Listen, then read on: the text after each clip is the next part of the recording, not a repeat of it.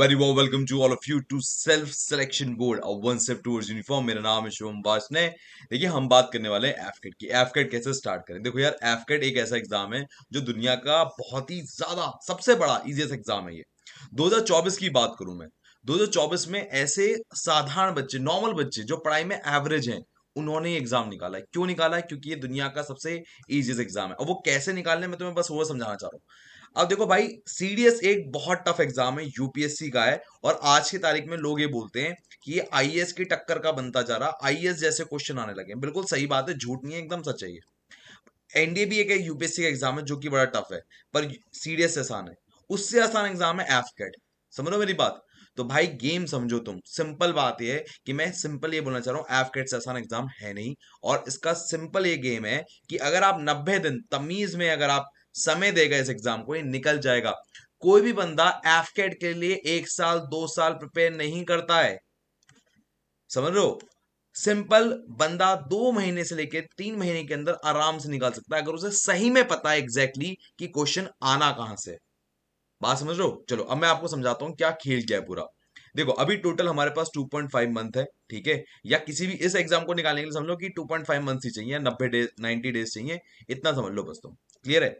अब भाई सीन क्या है कि एफकेट का जो पेपर होता है ना, वो रिपीट होता है। दोबारा बोल रहा हूँ, एफकेट के जो पेपर होता है ना, वो रिपीट होता है। और रिपीट कहां से होता है? वो होता है पीवाईक्यू से। देखो यहाँ पर लिखा भी होगा, देखो मेरा एफकेट का लास्ट शिफ्ट था सर।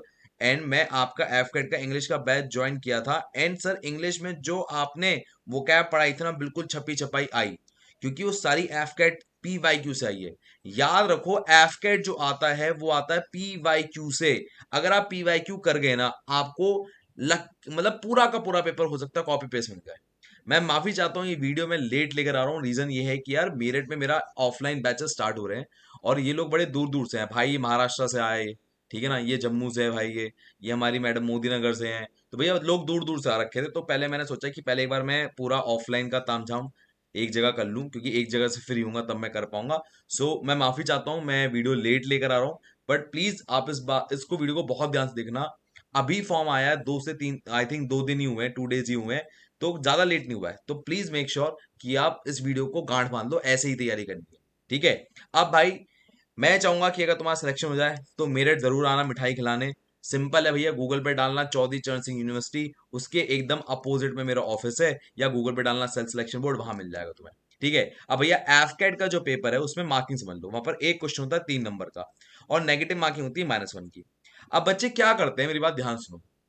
इस एग्जाम को ना निकलने का जो कारण होता है उसको पहले समझ लो।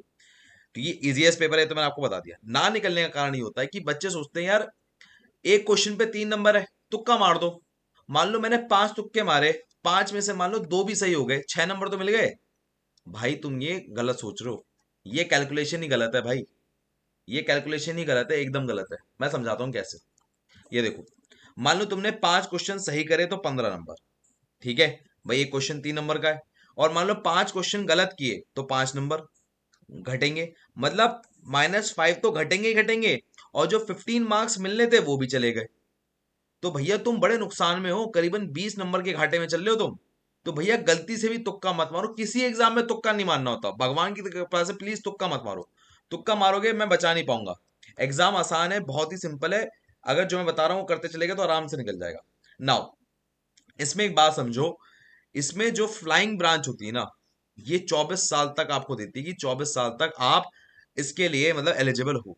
तो प्लीज मेक श्योर, अगर आपका सीडीएस का अटेम्प्ट छूट गया फ्लाइंग का, तो ये एफकेट के थ्रू आपका पॉसिबल है। अब कई लोग मुझे पर्सनली कॉल करते हैं इस नंबर पे और बोलते हैं सर मैं आर्ट साइड का हूं, क्या मैं फ्लाइंग कर सकता हूं? हाँ, कंडीशन अप्लाई, आपके पास पीसीएम होनी चाहिए।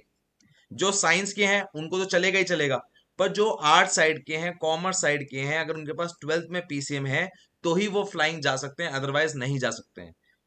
12th में पीसीएम होनी कंपलसरी है, उनका इतना मानना है बस। क्लियर है? सर बात मान गए आपकी। अब मेरी बात ध्यान सुनो। ये इस साल की वैकेंसी है, इनको देख लो जरा। वैकेंसी को देख लो भैया। यहां पर आपके सामने मेन की 18 सीटें फ्लाइंग की, वुमेन की 11 हैं। ग्राउंड ड्यूटी की देख लो भैया, 88 सीटें बैठ रखी हैं यहाँ पर, और यहाँ पर 23 है। अब यहाँ पर आपको ये बात समझनी है कि यहाँ पर जो ग्राउंड ड्यूटी नॉन टेक्निकल है, इसका मतलब है कोई भी बंदा जो कॉमर्स का है, आर्ट का है, साइंस का है, बायो का है, वो सब भर सकते हैं। इस गलत फहमी में मत रहना कि भैया पीसीएम वाले ही भर सकते हैं। क्लियर है? बात समझ में आ रही है? तो प्लीज पूरी जान लगा के करना, सीटें बहुत सही आई हैं, कोई दिक्कत की बात नहीं है। नाउ अब एक खेल समझो। खेल क्या है कि फ्लाइंग ब्रांच में उन्होंने ये बात कही है कि मैथ्स और फिजिक्स ही इंपॉर्टेंट है मेरे लिए, केमिस्ट्री को छोड़ दो। अगर उसमें आपके 50% मार्क्स आए हैं, you are good to join. Clear है? Condition apply. जो भी आपने ग्रेजुएशन करी है, जो भी आपने ग्रेजुएशन की है, उसमें 60% मार्क्स होने कंपलसरी है, कोई भी ग्रेजुएशन हो, कोई भी ग्रेजुएशन। क्लियर है? ओके, अब यहां तक की बात समझ में आ गई होगी। दोबारा बोल देता हूं। आपने अगर 10+2 करी है, उसमें 50% है, 60% ग्रेजुएशन में है, और अगर पोस्ट ग्रेजुएशन में 50% है, तो आप फ्लाइंग के लिए एलिजिबल हो। और अगर आप नॉन साइंस के हो, मतलब 10th-12th में अगर आपने साइंस नहीं ली है, तो आप सभी ब्रांच के लिए एलिजिबल हो एक्सेप्ट फ्लाइंग एंड टेक्निकल। इन दोनों ब्रांच को छोड़ दो। इन दोनों के अलावा जो ब्रांच बचती हैं उसके लिए आप बिल्कुल एलिजिबल हो। वेपन सिस्टम के लिए आप एलिजिबल हो, एडमिन के लिए एलिजिबल हो, लॉजिस्टिक के लिए आप एलिजिबल हो, अकाउंट्स के लिए एलिजिबल हो, एजुकेशन के लिए एलिजिबल हो, मेट्रोलॉजी के लिए एलिजिबल हो, सबके लिए एलिजिबल हो। कोई भी कॉमर्स, आर्ट, साइंस, बायो सब एलिजिबल है, प्लीज घबराना मत। बस ध्यान रखना कि आपके पास, याद रखना बस कि 12th ग्रेजुएशन में 60% हो कॉमर्स, आर्ट, साइंस, बायो, जो फ्लाइंग नहीं चूज कर रहे हैं। आई थिंक ये बात क्लियर हो गई होगी। वेरी गुड, चलो आगे चलते हैं। नाउ भाई एग्जाम का पैटर्न। एग्जाम का पुराना पैटर्न देख लो भैया, मैं हमेशा इसका रेफरेंस देता हूं क्योंकि जब से ये बदला है गेम पूरा बदल गया है। इसमें देखो मैथ्स में कितने क्वेश्चन आ रहे हैं? 18। एक मिनट, ये अब, अच्छा ये रहा, सॉरी, यहां पर देखो, यहां पर देखो, यहां पर देखो। देखो मैथ्स में यहां बैठ रहे हैं 18 क्वेश्चन। क्लियर है? और यहां पर अगर मैथ्स में देखोगे तो तुम्हें करीबन बैठेंगे 20 क्वेश्चन, दिख रहे हैं? अब यहां पर आते हैं रीजनिंग। रीजनिंग में देखो, रीजनिंग में यहां बैठ रहे हैं 32 क्वेश्चन। कितने बैठ रहे हैं? 32। पर नए वाले पैटर्न में इन्होंने क्या कर दिया है, इसको घटा दिया है। 7 क्वेश्चन घटा दिए यहां पर, और ये कर दिए 25। तो सबसे ज्यादा हाईएस्ट वेटेज का क्या है? इंग्लिश। वो कर दिया 30 नंबर का, और जबकि यहां पर इंग्लिश था 25 नंबर का। बात समझ में आ रही है? General awareness 25, 25 question. तो भैया आपको ये बात गांठ बांधनी है कि अगर ये आपको एग्जाम निकालना है, तो आपके 3 मुख्य प्लेयर हैं जो आपको इस एग्जाम में निकलवा सकते हैं, मैथ्स, रीजनिंग, इंग्लिश। कोई भी बच्चा ये गलती ना करे कि जीएस पे आप फोकस कर रहे हैं। याद रखो मैं क्या कह रहा हूं। मैथ्स, रीजनिंग और इंग्लिश अगर आपने फोड़ लिया, ये एग्जाम निकल जाएगा। अब मेरी बात और ध्यान सुनो। आपको मैथ्स में 100% मार्क्स लेकर आने हैं, रीजनिंग में भी 100% मार्क्स लेकर आने हैं। सर 100% किसी कंपटीशन में आते होंगे? बिल्कुल आते हैं। एफकेट में आते हैं, बहुतों के आते हैं। तुम ये मत समझना क्यों आते हैं एफकेट में, क्योंकि एफकेट आता है पीवाईक्यू से। जोर जोर से बोल के लोगों को स्कीमें बता दे। अब बचा इंग्लिश। इंग्लिश को खेलने का तरीका होता है, समझो मेरी बात। इंग्लिश का पूरा पेपर 3 हिस्सों में बटा हुआ है। वोकैब, इडियम, फ्रेजेस, नंबर 1, दूसरा ग्रामर, तीसरा रीडिंग कॉम्प्रीहेंशन। इसमें जो वोकैब, इडियम, फ्रेजेस है, ये आपको धोखा देने के लिए बना है। अगर आपने, दोबारा बोल रहा हूं, पीवाईक्यू पे फोकस नहीं किया तो आपका ये सपना टूट जाएगा। बात क्लियर है? अभी हम एक एक सब्जेक्ट को लेके चलेंगे, पर मैं दोबारा आपको बोल रहा हूं, अगर आप मेरठ रहते हो ना, प्लीज एक बार मेरे से विजिट करके बात करके जरूर जाना। पर्सनल अटेंशन पे मैं ज्यादा अच्छा मेहनत कर पाता हूँ बच्चे के साथ, क्योंकि वो मेरे साथ है, मेरे सामने ही खड़ा होता है। और वहां पर मैं उस बच्चे को सिर्फ 30 बच्चों के साथ बैठा रहा होता हूँ। 30 स्टूडेंट्स होते हैं मात्र एक बैच में, बहुत कम बच्चे होते हैं, उनके साथ में पढ़ा रहा होता हूँ। तो आपको खुद मजा आएगा। चलो अब आगे देखें जरा। अच्छा एक बात और, कि इसकी जो पीडीएफ है ना, वो आपको टेलीग्राम ग्रुप पे मिल जाएगी। उसके लिए आपको सर्च करना पड़ेगा सीडीएस सेल्फ सिलेक्शन बोर्ड। एक ही ग्रुप बना रखा है एफकेट सीडीएस का, बस नाम सीडीएस है उसका, सीडीएस सेल्फ सिलेक्शन बोर्ड डालना, आपको आराम से मिल जाएगा। ठीक है? नाउ अब मेरी बात, एक बात और सुनो। जो बच्चा मेरठ नहीं आ सकता, उसको लग रहा है कि सर मुझे आपसे एक बार 1-to-1 बात करनी है, you can book a session with me, कि सर आपके साथ में एक बार बात कर लेता हूँ। ठीक है? ये नंबर है मेरा, इस पे आप डायल कर सकते हो। टाइमिंग ये है, याद रखना, सैटरडे संडे ऑफ है, तब मत कॉल करना, बाकी मैं आपके लिए अवेलेबल हूँ। ठीक है? नाउ अब जरा हम आगे बढ़ते हैं। तो आगे बढ़ने में ना, आपको कट ऑफ का खेल समझो जरा। कट ऑफ जो आती है ना, वर्स्ट कट ऑफ 165 है। हमें इसको पार करना है। हमें मान के चलना है हमारे लिए लाइफ में वर्स्ट ही होगा। ठीक है? अब तुम इस वर्स्ट कट ऑफ को पार कैसे करोगे? मैंने तुम्हें पहले ही बताया था कि इस एग्जाम को निकालने के लिए आपके पास होता है मैथ्स, इंग्लिश और रीजनिंग, मेन पिलर। जीएस को हम मेन पिलर नहीं मानते, ये मैंने आपको भी बताया था। क्लियर है? अब देखो कैसे सीन है, हम कैसे करेंगे ये काम। देखो भाई, मान लो तुमने इंग्लिश में 30 की जगह मात्र 25 क्वेश्चन करे। क्लियर है? मैथ्स में एक दो कैलकुलेशन में गलती हो गई, 18 क्वेश्चन। क्लियर है? और अगर मान लो रीजनिंग में मैंने कहा, वैसे 25 आ जाते हैं लगभग सभी के, जो बच्चा पढ़ रहा होता है 25 के 25 आते हैं, इसमें 25 ही रहने देते हैं। ठीक है? तो आपका देखो टोटल कितना बैठ रहा है, 25, 25, 18, कितना हुआ ये? इन दोनों को मिला दो 50 हो गया, और इसको मिला दो तो 18 हो गया। तो ये कितना हो गया? 78।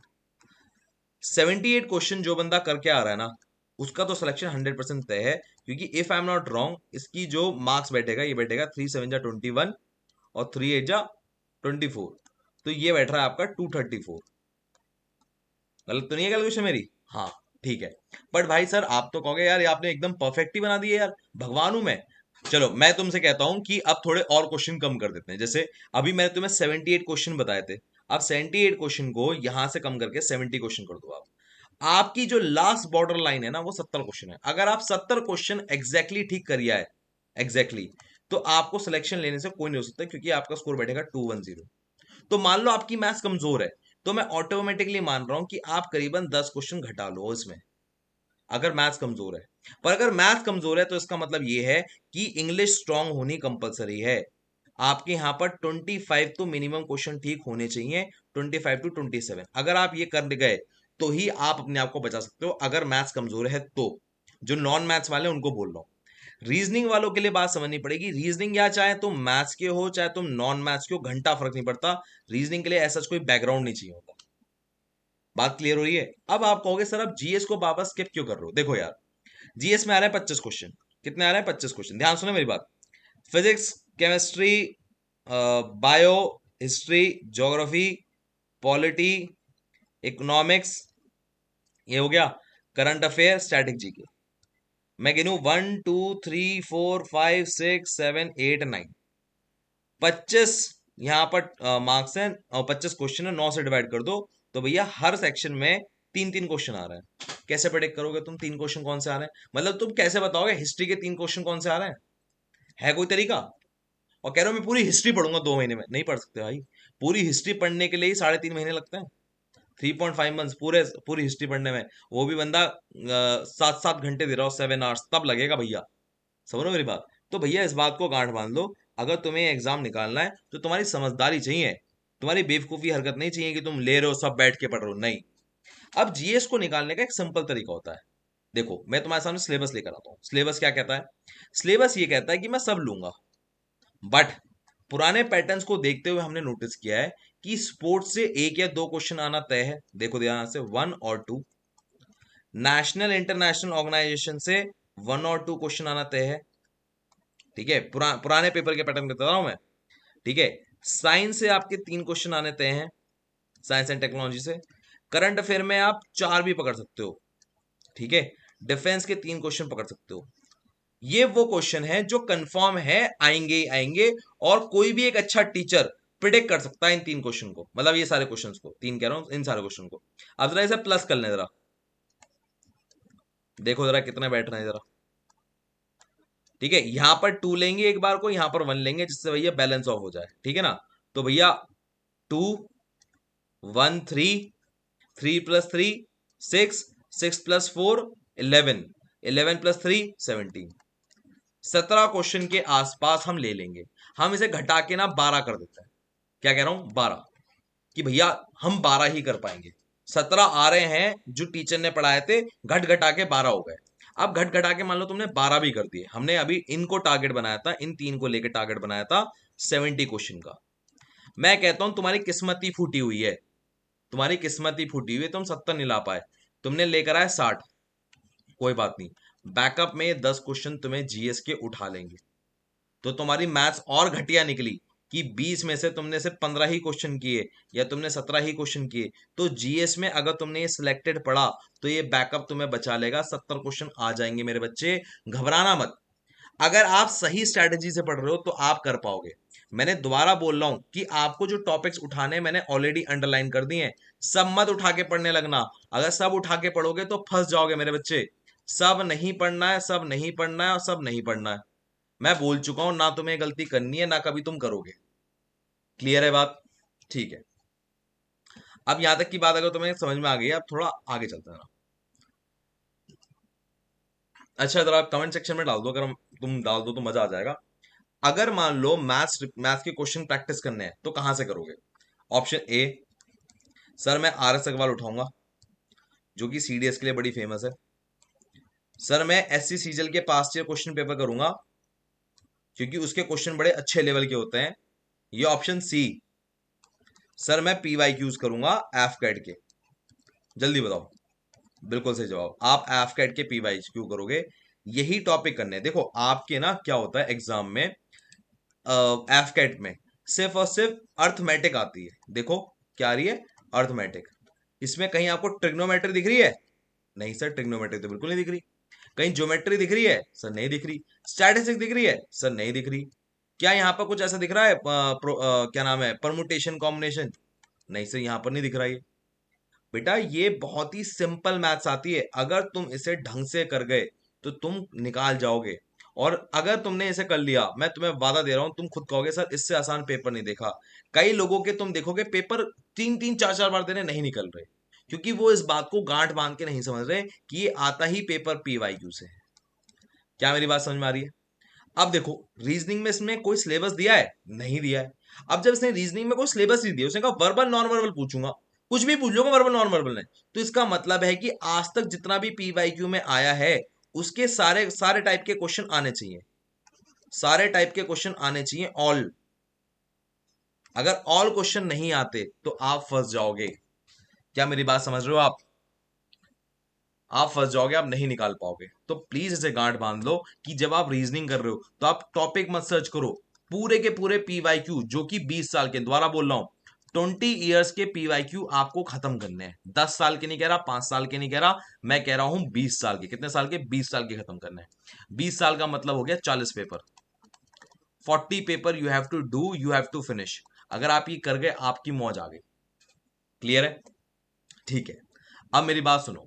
अगर मान लो तुम ये चाह रहे हो कि सर आप ना मुझे कुछ ऐसे क्वेश्चन दे दो GS के, या इस वीडियो की PDF दे दो, या मेरे से कोई अलग मदद चाह रहे हो कि सर कुछ आप ना कुछ PDF में नोट्स दे दो, ठीक है, जो मैं छोटे मोटे आपको प्रोवाइड जरूर करूंगा।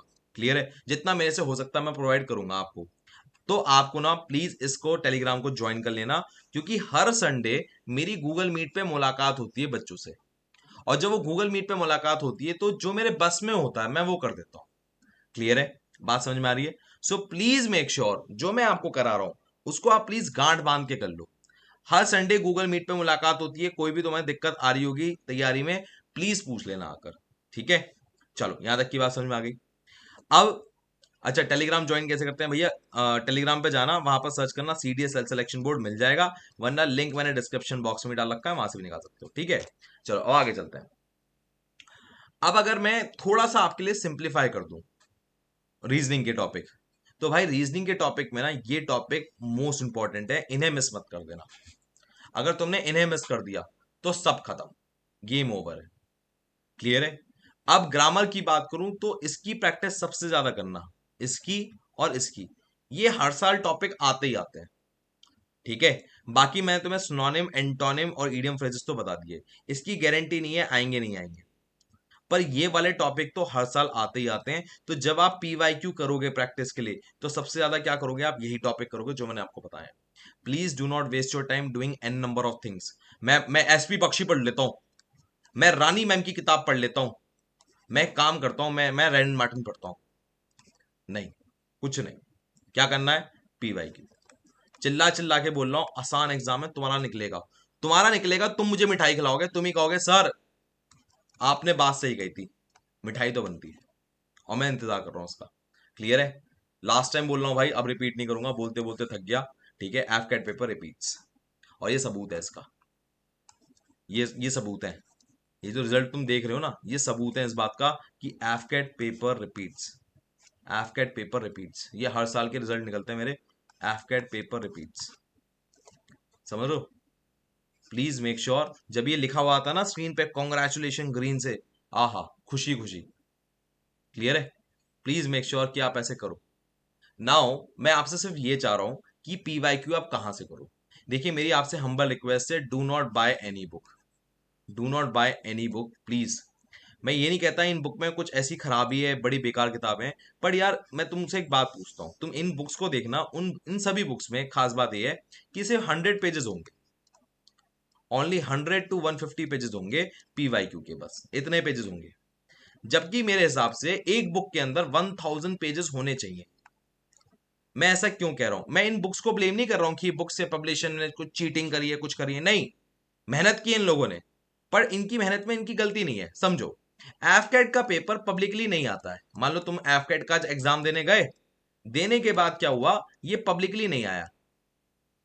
अब पब्लिकली पेपर तो लीक हुआ नहीं कि भाई एग्जाम देकर आए तो बच्चों को पेपर हाथ में मिल गया और इन लोगों ने किताब में छाप दिया। ये लोग कैसे छापते हैं कि एग्जाम सेंटर के बाहर खड़े हो गए, बच्चों से पूछ लिया बताओ बेटा क्वेश्चन कौन सा आया, और नोट कर लिया। बच्चे को जितना अपने दिमाग में याद था, जितना भी याद था, वो उसने क्या किया, मतलब बक दिया टीचर के आगे, मतलब टीचर क्या कह रहा हूँ, जो पब्लिशर है उनके आगे बक दिया।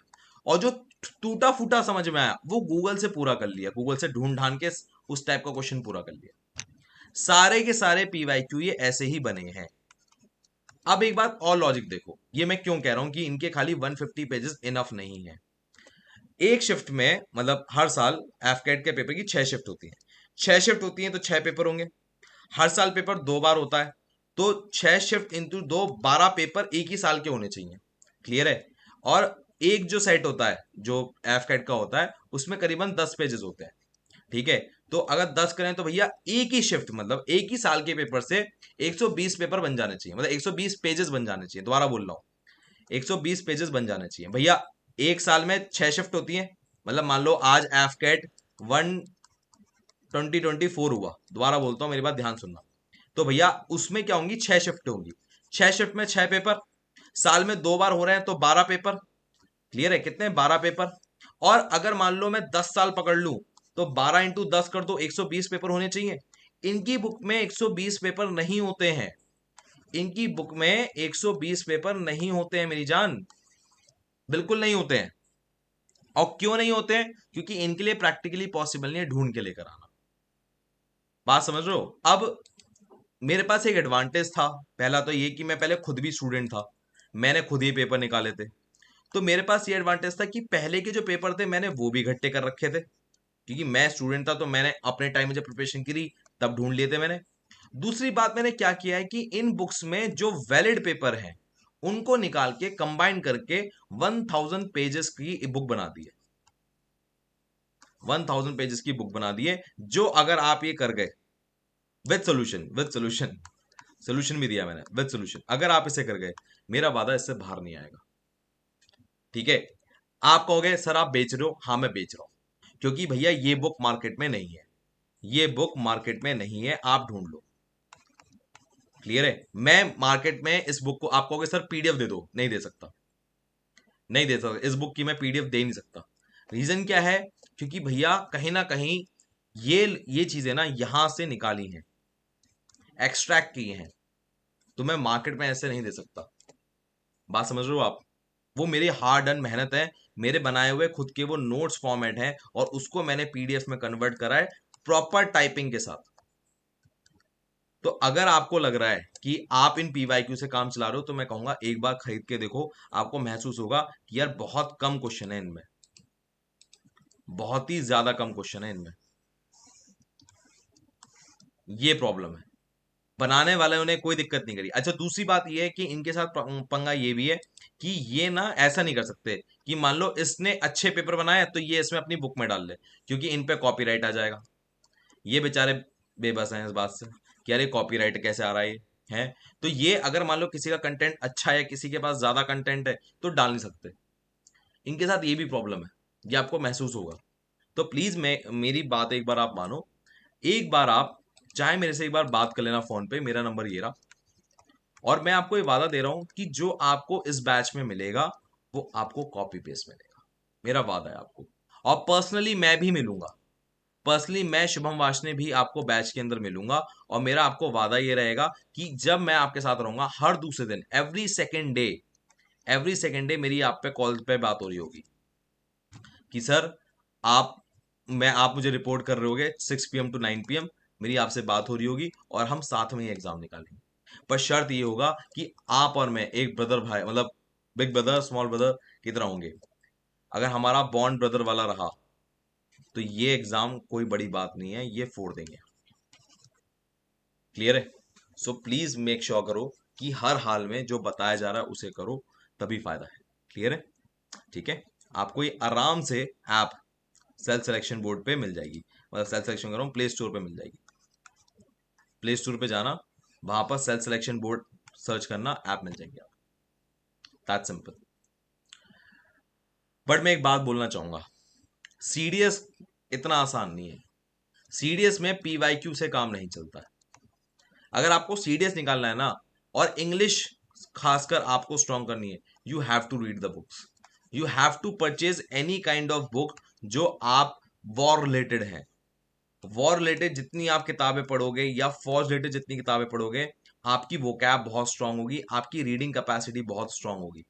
प्लीज मेक श्योर आप पढ़ो। और जो बच्चा पढ़ता है ना किताबें, जो बच्चा किताबें पढ़ता है, ये किताबें हम उसको फ्री में पोस्टर्स भी देते हैं, ये वाले। क्यों? हमें मोटिवेट करना है बच्चों को, बेटा पढ़ो। हमने देखा है किसी ने अगर सीडीएस की एग्जाम निकाला है ना, उसने कोई भी 3 किताबें पढ़ ली है, उसका एग्जाम निकल गया। भैया ऐसा होता है। बुक रीडिंग क्यों जरूरी है, इस बात को समझो। बुक रीडिंग से 3 फायदे हैं। कॉम्प्रीहेंशन ठीक हो जाता है, इस कॉम्प्रीहेंशन से वोकैब ढूंढ के लेकर आनी होती है, वो ठीक हो जाती है। फिर तीसरा क्या होता है, अरेंजमेंट ऑफ सेंटेंस ठीक हो जाते हैं, क्योंकि उसकी ग्रामर बहुत ठीक हो जाती है। चौथा, उसका स्पोकन इंग्लिश बहुत ठीक हो जाता है, एसएसबी तैयारी भी ठीक हो जाती है। पांचवा, एक बंदे को एक्सट्रैक्ट करना आ जाता है कि भैया जो पूरा पेपर है उसको कम टाइम लिमिट में पढ़ना कैसे, क्योंकि भैया स्पीड चाहिए। सीडीएस का पेपर बहुत लेंथी आता है, इंग्लिश का सीडीएस का पेपर इंग्लिश का बहुत लेंथी आता है। अगर एक बंदे की स्पीड नहीं है ना, वो ये कर नहीं सकता। कई कोचिंग वाले क्या कर रहे हैं, सिंपल आपको सिनोनिम एंटोनिम रटा रहे हैं। रटो मत। 10,000 आते हैं पूरे मतलब पूरी डिक्शनरी में 10,000 वर्ड है, सारे रट लोगे क्या? लैटिन वर्ड्स आने लगे हैं आजकल सीडीएस में, सब रट लोगे क्या? कितना रटोगे भाई, कब तक रटोगे? मैं बहुत मेहनत करूंगा, रटने में मेहनत करोगे और रटा हुआ नहीं आया फिर क्या करोगे? वो कह रहा है पेपर समझने वाला है, सीडीएस का पेपर क्या है, समझने वाला है, और आप समझने को तैयार ही नहीं हो रहे। समझो भाई। वो कह रहा है कि अगर मैं एक क्वेश्चन दे रहा हूं तो उसमें पूरा सेंटेंस है, उसमें बीच में एक वर्ड है, और फिर मैं 4 ऑप्शन दे रहा हूं। अगर वो 4 ऑप्शन आप सेंटेंस को पढ़ के टिक कर दो तो एग्जाम आराम से निकल जाएगा, वो कह रहा है।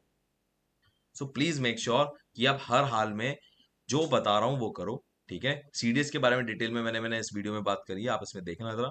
ठीक है, और मैं इंतजार कर रहा हूं आपकी मिठाई का, क्योंकि मुझे विश्वास है आपका सिलेक्शन होगा। एफकेट तो बहुत आराम से निकलेगा, क्योंकि आता कहां से है, पीवाईक्यू।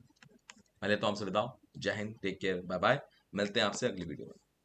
मैं उनको रोज सोचता हूँ, मैं उनको रोज सोचता